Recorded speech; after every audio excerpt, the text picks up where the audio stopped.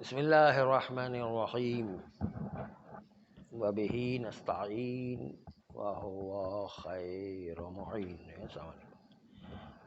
اگر کسی انسان کو علم و یقین ہے کہ ماہ رمضان ہے، یا بھول گیا تھا اور اس کو ظہر سے پہلے توجہ ہو گئی کہ ماہ رمضان ہے، اور توجہ کے باوجود اس نے کوئی ایسا کام انجام دیا جو روزے کو توڑ دینے والا ہے، ظہر سے پہلے متوجہ ہوا، روزے کو توڑ دینے والی چیز ماہ رمضان میں جان بوجھ کے انجام دی، تو اب اس کا روزہ ٹوٹ بھی گیا، لیکن اس پر واجب ہے کہ وہ مغرب تک امساک کرے۔ امساک کرنے کا مطلب یہ ہے کہ کوئی چیز کھائے پیے گا نہیں، کوئی روزہ توڑنے والی چیز انجام نہیں دے گا، اگرچہ کہ روزہ ٹوٹ گیا ہے، پھر بھی وہ کچھ کھا پی نہیں سکتا ہے، بلکہ بھوکا رہنا پڑے گا پھر بھی، اور روزہ نہ ہونے کے باوجود روزے کی کسی کیفیت پہ رہنا پڑے گا۔ اس کو کہتے ہیں امساک، یعنی اپنے آپ کو روک کے رکھنا ہے تمام ان چیزوں سے جس سے روزہ ٹوٹ جایا کرتا ہے۔ امساک کی حالت میں رہ کر بھی انسان روزہ نہ بھی رکھے، پھر بھی اپنے آپ کو روزے والی چیزوں سے بچانا ہے، کیونکہ ماہ رمضان ہے۔ اگر اس نے پھر دوبارہ کوئی روزہ توڑنے والی چیز آئے تو ڈبل کفارہ آئے گا، اس کے پہلے کفارہ آیا تو پھر دوبارہ کفارہ آئے گا، ڈبل کفارہ آ جائے گا، اس لیے یہ رکنا ہے اپنے آپ کو۔ چنانچہ جان بوجھ کر اس نے چونکہ روزہ توڑا ہے، اس لیے اس پر پہلے ایک کفارہ آ چکا تھا، اگر دوبارہ جو ہے پھر کوئی توڑنے والی چیز انجام دے دوبارہ دوسرا کفارہ بھی آ جائے گا، اس لیے بچنا ہے اس کو مغرب تک۔ کفارہ کیا آئے گا؟ کفارہ اگر حلال چیز سے افطار کیا ہے تو ایک کفارہ آئے گا، حرام چیز سے افطار کرے تو 3 کفارے آتے ہیں۔ حلال چیز جیسے کھانے پینے کی کوئی چیز جان بوجھ کر ماہ رمضان سمجھ کے بھی انجام دے رہا تو 60 مسکینوں کو کھانا کھلانا، یا 60 روزے رکھنا جس میں 31 مسلسل ہے، جس کو کہتے 2 مہینے کے مسلسل، اور یا ایک غلام کو آزاد کرنا۔ اور چونکہ غلام کے آزاد کرنے کا سسٹم ابھی فی الحال جو ہے وہ منقطع ہو گیا ہے، اس لیے عام طور پر یہی 2 چیزیں کام میں آتی ہیں کہ یا تو 60 روزے رکھے یا 60 مسکینوں کو کھانا کھلائے۔ 60 مسکینوں کو پیٹ بھر کے کھانا کھلانا، جیسے نہیں خالی جو چھوٹا سا ناشتہ کرا دے، نہیں، پورا پیٹ بھر کے کھانا کھلانا ہے، جس میں اس کا پیٹ بھر جائے کہ ہاں بس کافی ہے۔ پیٹ بھرنے کا مطلب ہے پورا پیٹ بھر کے کھانا کھلانا ہے، چھوٹا سا ناشتہ نہیں کرا دینا ہے، بسکٹ اور چائے کھلا دے کہ ہم نے تو کھلا دیا ہے، یہ نہیں چلے گا نا، پیٹ بھر کر کے کھانا کھلانا ہے نا، لفظ یہی کہ پیٹ بھر کے کھانا کھلانا ہے۔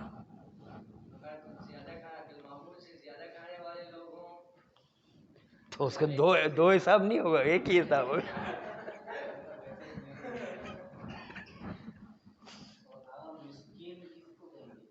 مسکین بیچارہ مسکین ہے، مسکین کا مطلب ہاں صحیح بات ہے کہ وہ آ کر کے جو ہے مسجد میں اعلان کرتے ہیں کہ ہم مسکین و فقیر و غریب ہیں، ہمارے لیے کھانے کا انتظام کیا جائے، یا ہمارے لیے جو ہے کوئی کفارے کا انتظام کیا جائے، قضا کا انتظام کیا جائے، تو ہر چلتے پھرتے کو شریعت نے مسکین نہیں مانا ہے۔ مسکین ثابت ہونا چاہیے۔ ثابت ہونے کا مطلب یہ کہ یا تو معاشرے میں مشہور ہو کہ یہ غریب آدمی ہے، یا مشہور ہو کہ یہ سید آدمی ہے، مثلا بعض جگہوں پر سادات کرام کو کچھ چیزیں دی جاتی ہیں، غیر سادات کو نہیں دی جاتی. سام سادات مثلا خالی چلتا پھرتا مسجد میں کوئی آ کر کے کہنے لگے کہ میں سید ہوں، مجھے جو ہے اسام سادات دو، تو اس طرح نہیں دیا جا سکتا ہے جب تک کہ ثابت نہ ہو جائے کہ یہ سید ہے یا نہیں. یا تو معاشرے میں مشہور ہو سید تو ایک الگ بات ہے، یا دو عادل گواہی دیں تو الگ بات ہے، یا پھر آپ ذاتی طور پر جانتے ہیں تو الگ بات ہے. ورنہ جو ہے خالی آ کر کے کہے تو اس سے سید بھی ثابت نہیں ہوتا، غریب ہونا بھی ثابت نہیں ہوتا. غریب آدمی بھی یا تو مشہور ہو کے غریب ہے، یا آپ ذاتی طور پر ان کو جانتے ہیں کہ غریب ہے، یا دو عادل آدمی آ کے گواہی دے کہ بھئی غریب ہے. تو شریعت نے اصول رکھا ہے، ہر آدمی آ کر کے ادعا کرے تو ہر آدمی کے ادعا کو شریعت نے قبول نہیں مانا ہے. اس لیے جو ہے وہ تمام چیزیں جو ہے وہ اصول اور قواعد کے تحت چلتی ہے. اندھا دھند اور بے قاعدگی کے ساتھ سارے احکام نہیں چلتے ہیں، احکام شریعت کے قانون کے حساب سے چلا کرتے ہیں. وہی عرض کریں وہ یہ کہ اتنا غریب ہو کہ اس کے سال بھر کے اخراجات اپنے اسٹیٹس کے مطابق اس کی سال بھر کی آمدنی سے زیادہ اخراجات ہوں تو یہ غریب آدمی. اور اگر جو ہے سال بھر کی آمدنی سے اس کے اسٹیٹس کے مطابق خرچے کے برابر ہے تو وہ غریب نہیں ہے. اب جو ہے دو تین مثالوں کے ذریعے سے بات عرض کریں گے تاکہ جو ہے بات واضح ہو جائے. ہے شریعت کا معیار بڑا عجیب، جو عام جگہوں پر سمجھا جاتا ہے ایسا معیار شریعت نے نہیں دیا. شریعت نے یہی معیار دیا، اس معیار کے اوپر جو تطبیق کرتے ہیں تو بالکل ایک الگ سی چیز آپ کے سامنے آئے گی. آپ کہیں گے یہ تو بہت عجیب ہو گیا. نہیں، مثال کے طور پر ایک مزدور ہے جو مہینے میں 20,000 روپے کماتا ہے اور اس کا سال بھر کا خرچہ 15,000 روپے ہے، کیونکہ وہ تو فٹ پاتھ پر بھی سو جایا کرتا ہے، جو چادر اوڑھ کے جو ہے کوئی کرایہ بھی نہیں ہے، کوئی چیز بھی نہیں ہے، اور جو اس کے کھانے پینے کے اخراجات پورے ہو جاتے. تو شریعت کی نگاہ میں یہ آدمی امیر آدمی ہے، کیونکہ جو ہے اس کے اخراجات ہی کل جو ہے مہینے کے 15,000 روپے ہیں اور کماتا 20,000 ہے، تو 5,000 تو پھر بھی امیر رہا نا. لیکن ایک گورنمنٹ آفیسر ہے جو تنخواہ اٹھاتا ہے 1,00,000 روپے، لیکن اس کے جو ہے اسٹیٹس کے اعتبار سے، تنخواہ کے اعتبار سے تو 1,00,000 روپے نظر آ رہے، لیکن اسٹیٹس کے اعتبار سے اس کے خرچے 1,00,000 روپے، 1,10,000 روپے ہے. اس کا اپنے اسٹیٹس کے اعتبار، ہر ایک اپنے ایک اسٹیٹس ہوتا ہے. بتائیں گے اسٹیٹس قائم کیسے ہوتا ہے. اپنے اسٹیٹس کے اعتبار سے جو ہے وہ گورنمنٹ کا کمشنر ہے مثلا، اس کے 1,00,000 روپے تنخواہ ہے، لیکن اس کے اخراجات جو 1,10,000 روپے خرچہ ہوتا ہے. تو یہ آدمی غریب ہے. تو وہ مزدور آ کر کے خمس و زکوٰۃ اس کمشنر کو دے گا.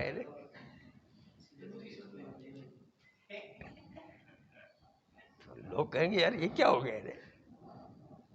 تو شریعت کا معیار ایسا ہے نا کہ اس کے اپنے اسٹیٹس کے مطابق، اس کے اخراجات کے اعتبار سے، اس کی آمدنی کے اعتبار سے دیکھا جاتا ہے کہ وہ غریب ہے یا امیر. اس کے اخراجات کو اپنے اسٹیٹس کے اعتبار سے دیکھا جاتا ہے. اب اسٹیٹس قائم کیسے ہوتا ہے، اسٹیٹس معاشرتی مقام اس کا کیسے قائم ہوتا ہے وہ دیکھا ہے. معاشرتی اس کا اسٹیٹس قائم اس طرح ہوتا ہے کہ دیکھا جاتا ہے کہ مزدور عام طور پر کتنا خرچ کیا کرتا ہے. مزدوروں کو دیکھا ہوگا آپ نے، وہ زیادہ سے زیادہ ایک سائیکل رکھتے ہیں. وہ کمشنر سائیکل لے کر جو کمشنر کے اپنے ڈپارٹمنٹ ہے تو لوگ اس پہ ہنسیں گے. تو اس کا اسٹیٹس یہ نہیں ہے کہ وہ کمشنر جو ہے سائیکل لے کر کے جائے، اس کا اسٹیٹس ایک بہترین گاڑی لے کے جائے گا. وہ پھر بھی وہ غریب ہے، پھر بھی وہ گاڑی چلائے گا. وہ مزدور کہے گا میرے پیسے سے گاڑی چلا، مجھے گاڑی نہیں مل رہی. ہاں ایسے ہی ہو گیا. نہیں، کیونکہ اس کا اسٹیٹس ہی نہیں ہے. اس کا کمشنر کا اسٹیٹس گاڑی تو ہے نا، کم سے کم. چلو وہ جہاز نہ رکھتا ہو، ہیلی کاپٹر نہ رکھتا ہو، کم سے کم گاڑی تو لے جائے گا نا. چلو نہیں گاڑی لے جائے تو اس کا خرچہ زیادہ ہے اس کا، کیونکہ کمشنروں کا اسٹیٹس ایسا ہی ہوتا ہے کہ وہ گاڑی کے ساتھ تو کم از کم جو ہے جائے گا. وہ جائے گا تو پیٹرول کا خرچہ، پیٹرول میں لائن لگا کے جو ہے کتنی مہنگائی کے ساتھ ہے نا، اس کے خرچے بھی زیادہ ہوں گے، 1,10,000 روپے تو اس کے نظر ہی نہیں آئیں گے بیچارے کے نہیں. ہاں ہو سکتا ہے سیکیورٹی کے لیے اس کو گارڈ بھی رکھنا پڑے، اس کے لیے کلاشنکوف بھی خریدنا پڑے، اس کے لیے جو ہے وہ کھانے کا بھی، وہ ہو سکتا ہے وہ جو سیکیورٹی گارڈ ہے وہ امیر ہو، یہ خود جو ہے غریب ہے، یہ بھی ہو سکتا ہے. ہاں سیکیورٹی گارڈ والا 20,000 تنخواہ اٹھا رہا ہے، روڈ پہ سو جاتا ہے، اس کا تو کوئی خرچہ نہیں، چاہتا اڑ کے سو جاتا ہے، اس کی کوئی تنخواہ ہی نہیں، اس کا تو کوئی خرچہ ہی نہیں ہے. تو ہو سکتا ہے وہ سیکیورٹی گارڈ والا جو ہے وہ امیر آدمی ہو، اور یہ جو بیچارہ کمشنر جو ہے غریب آدمی ہے. لوگ کہیں گے یہ کون سا نظام ہے، لیکن شریعت کا نظام ایسے ہی ہے. ہاں شریعت کا نظام آمد اور خرچ دونوں کو ناپتے ہیں اور اپنی اسٹیٹس کے حساب سے اس کی زندگی کے اخراجات کو دیکھا جاتا ہے. اسٹیٹس کے حساب سے اگر اخراجات زیادہ ہیں اور آمدنی کم ہے تو غریب کہلائے گا. اسٹیٹس کے اعتبار سے اس کے اخراجات کم ہیں اور آمدنی زیادہ ہو رہی ہے تو وہ امیر آدمی ہے شریعت کی نگاہ میں.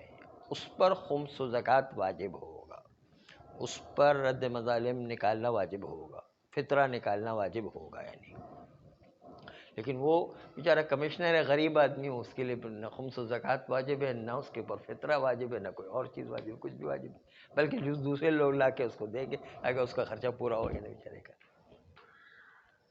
تو اسٹیٹس جو ہے قائم ہوتا اپنے معاشرتی حیثیت اس کی کیا ہے معاشرے میں، اس کے اعتبار سے وہ خرچہ کرے گا، اور خرچہ کرنے اپنے اسٹیٹس کے مطابق خرچہ کرنے کے باوجود اس کی آمدنی کم ہے، اخراجات زیادہ ہے. یہ ان کمشنروں کی بات ہو رہی ہے جو کمشنر ھذا من فضل ربی والے نہیں ہیں.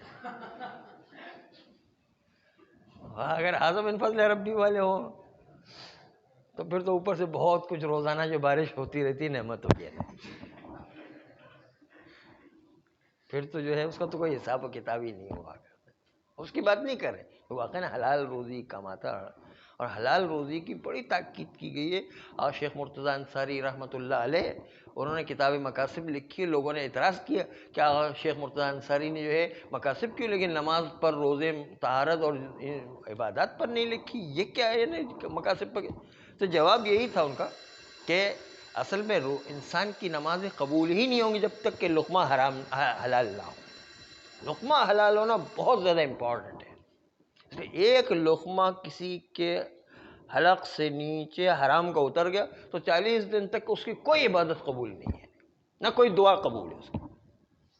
اگر ایک لقمہ اتر گیا حرام کا تو اس کی کوئی عبادت قبول نہیں، خالی نماز روزے نہیں، کوئی بھی عبادت قبول نہیں ہے اور کوئی دعا قبول نہیں ہے اس کی.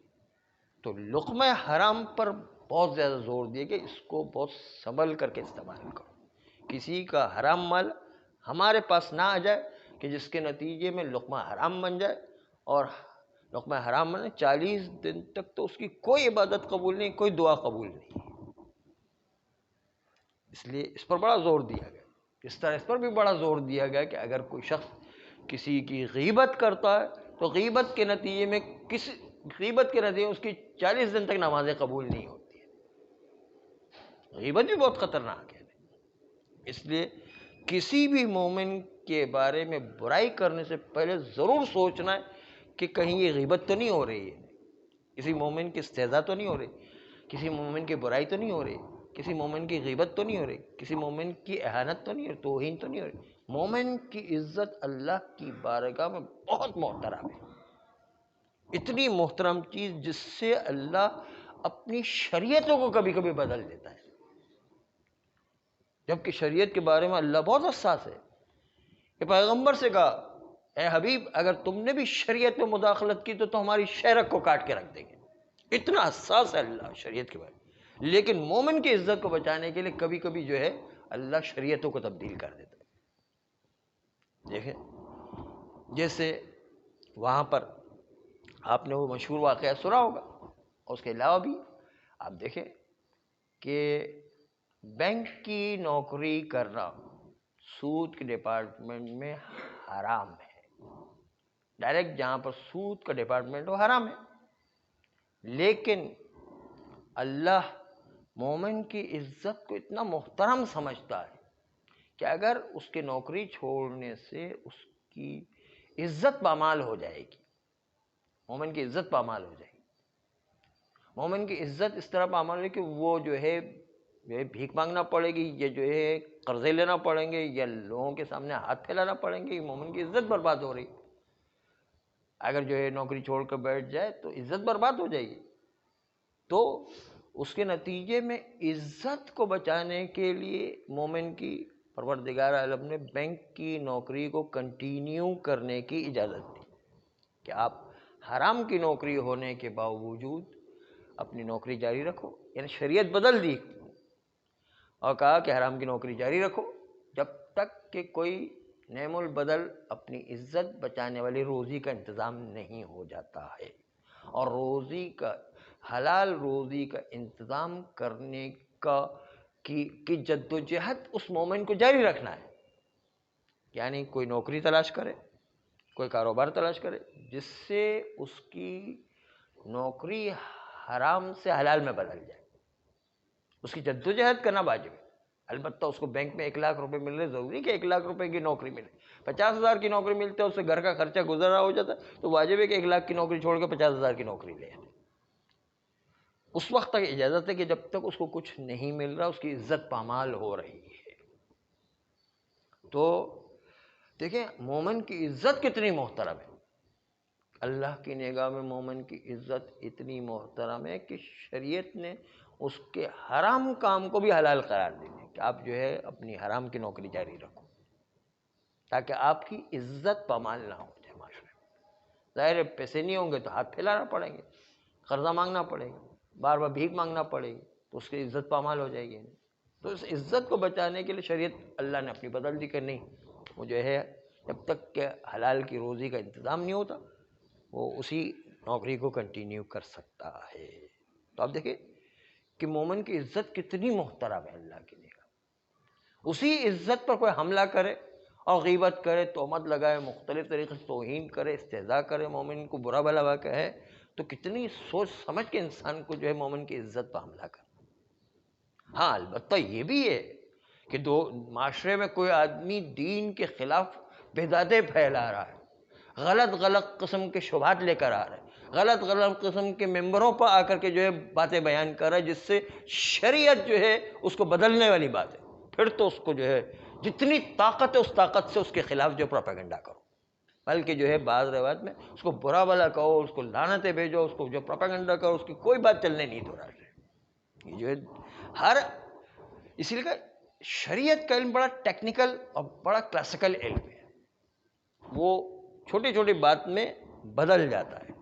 یہ نہیں کہ مولوی اپنی مرضی سے گھما دیتا ہے، شریعت کا جو ہے اس کے قوانین ایسے ٹیکنیکل ہیں، ٹیکنیکل قانون کے اعتبار سے آدمی کو چلنے کی ضرورت ہے، ایک جیسے قانون نہیں ہے، وہ حالات کے اعتبار سے انسان کے قانون بدلتے رہتے ہیں۔ تو اس کے اعتبار سے جو ہے تو عرض کر رہے تھے کہ اگر کوئی آدمی وہ روزہ جان بوجھ کے توڑ دیتا ہے تو اس کو روزہ پھر بھی کمپلیٹ کرنا پڑے گا امساک کر کے، اور پھر اس کی قضا کرنا بھی واجب ہے۔ امساک کا مطلب ہے کہ اگر دوبارہ بھی اگر کوئی روزہ توڑنے والی چیز انجام ہے دوسرا کفارہ بھی لازم آ جائے گا، اس لیے اس کو بچنا ہے اس سے۔ اور اگر وہ شخص جو متوجہ بھی ہے اس کے باوجود توڑ دیتا ہے روزے کو، تو ایسی صورت میں اس کو دوبارہ سے روزہ انجام دینا بھی ضروری ہے، اور اگر امساک کرنے کے نتیجے میں اس نے بچا پھر بھی اس نے روزہ توڑا، اس کے اوپر کفارہ آ جائے گا، کفارہ یا ایک کفارہ یا 3 کفارے۔ اگر جو جائز چیز سے روزہ توڑا ہے تو 1 کفارہ، اور اگر جو حرام چیز سے روزہ توڑا ہے تو 3 کفارے آ جائیں گے۔ 60 مسکینوں کو پیٹ بھر کے کھانا کھلانا، 60 روزے میں سے 31 مسلسل روزے رکھنا، اور 1 غلام کو آزاد کرنا، چونکہ غلام کا آزاد کرنا اس وقت موجود نہیں ہے اس لیے کھانا کھلانا یا 60 روزے رکھنے کا سلسلہ اب بھی جاری ہے۔ صلی اللہ علیہ وسلم۔